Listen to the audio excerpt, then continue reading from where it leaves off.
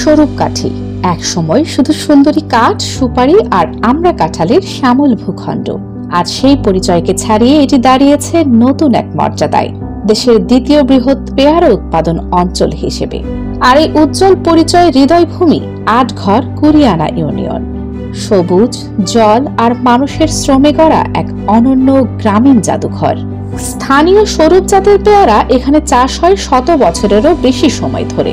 স্বাদ, সুবাস আর স্নিগ্ধ রঙে এই পেয়ারা আজও বাংলার আপেল নামে মানুষের মনে জায়গা করে আছে।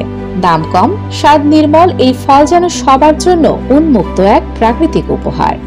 মৌসুম এলেই আটঘর কুরিয়ানার জলে ভেসে ওঠে 10 থেকে 12টি ভাসমান পেয়ারা হাট।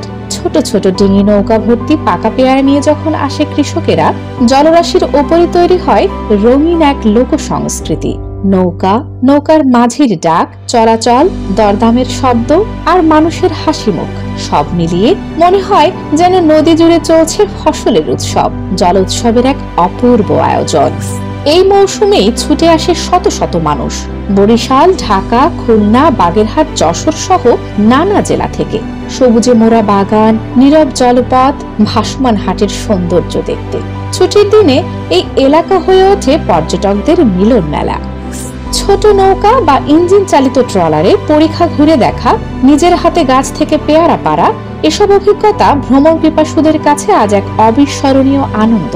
কেউ স্মৃতি ধরে রাখে সেলফিতে, কেউ পরিবার নিয়ে কাটিয়ে দেয় পুরো একটি দিন। চাষাবাদ, পরিবহন, পাইকারি বিক্রি, হাট বাজার, দালাল, পাইকার সব মিলিয়ে প্রায় 8,000 মানুষের জীবিকা এই পেয়ারা ভিত্তিক অর্থনীতির সঙ্গে জড়িয়ে আছে। আটঘর কুরিয়ানা শুধু একটি ইউনিয়ন নয়, এটি স্বরূপকাঠির প্রাণ, অর্থনীতির ভিত্তি, কৃষির ঐতিহ্য আর জল সবুজের মন মাতানো গ্রামীণ সৌন্দর্যের এক জীবন্ত প্রতিচ্ছবি।